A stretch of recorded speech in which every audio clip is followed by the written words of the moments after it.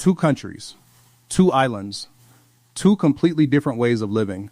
One built on quiet discipline, the other on polite tradition. This is the story of Japan and Britain told through their daily habits. Small habits that seem harmless, but shape entire personalities and nations. Let's start where every day begins the morning. In Japan, mornings start early, often before 5:30 a.m. Kenji wakes up in silence, no snooze button, no delay. He makes his bed perfectly, folds his blanket with care. Meanwhile, in Britain, James hits snooze twice. James finally gets up, still half asleep, reaching for his phone. Kenji starts his morning stretch, calm and focused, facing the window. James starts his day with a strong cup of tea, checking messages. 2 mornings, 2 mindsets. Already, the day feels different. In Japan, punctuality is sacred. Being on time means being early. Kenji arrives at his desk 10 minutes before his shift starts. In Britain, I'm on my way often means I haven't left yet. James rushes through the door, apologizing with a small laugh. Japanese workplaces value silence, order, and group harmony. Kenji quietly organizes his desk before opening his laptop. British workplaces value humor, small talk, and friendly banter. James chats with a coworker, sharing a joke before starting work.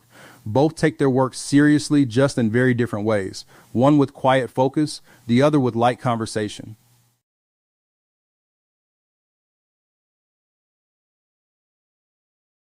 Japan speaks in respect. Britain speaks in politeness. Kenji bows slightly, careful with his words, avoiding conflict. James says sorry even when someone else bumps into him. In Japan, silence is comfortable. It shows respect, not awkwardness. Kenji sits quietly on the train, eyes calm, saying nothing. In Britain, silence feels strange. Small talk fills every gap. James chats about the weather, smiling, filling the quiet space. 2 ways of being polite, one through silence, one through words.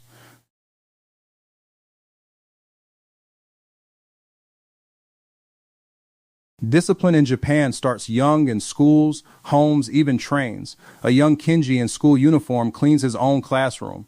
In Britain, discipline leans more on manners than strict rules. A young James raises his hand politely, waiting his turn to speak. Japanese trains run on the second. Delays are rare and apologized for. Kenji checks his watch calmly, the train arriving exactly on time. British trains run on their own schedule, let's just say that. James checks the delay board, sighing but smiling it off. Discipline looks different in both places, strict or relaxed, but both teach patience in their own quiet way.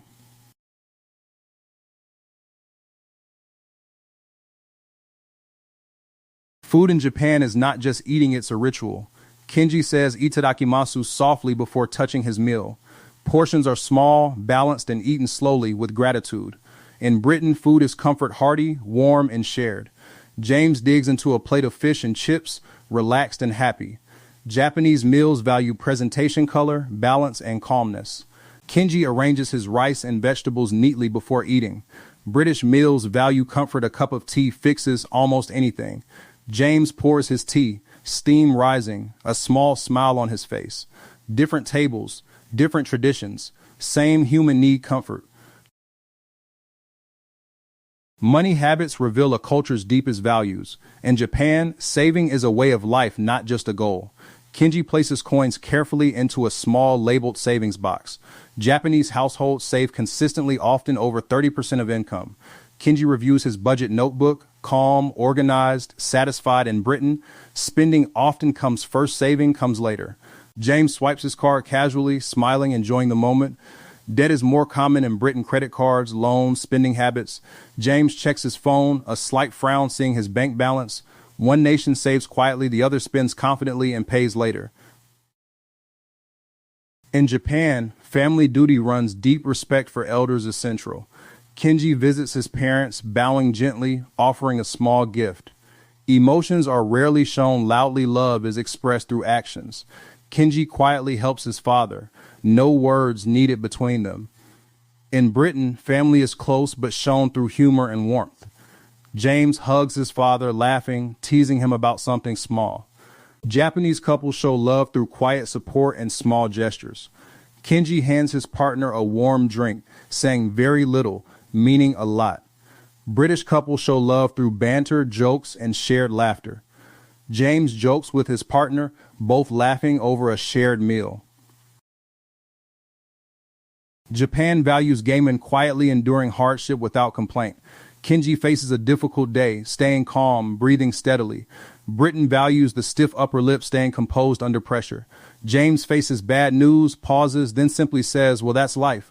Neither culture explodes with emotion. Both simply choose control, just in very different accents. Evenings in Japan often end with a hot bath, a ritual of reset. Kenji sinks into warm water, eyes closed, fully relaxed. Evenings in Britain often end with a cup of tea and the TV. James sits on the sofa, remote in hand, feet up. Two nations, two rhythms of life, neither better, just different. From Japan, we learn discipline, patience, and quiet respect. From Britain, we learn politeness, humor, and gentle resilience. Maybe the best life borrows a little habit from both.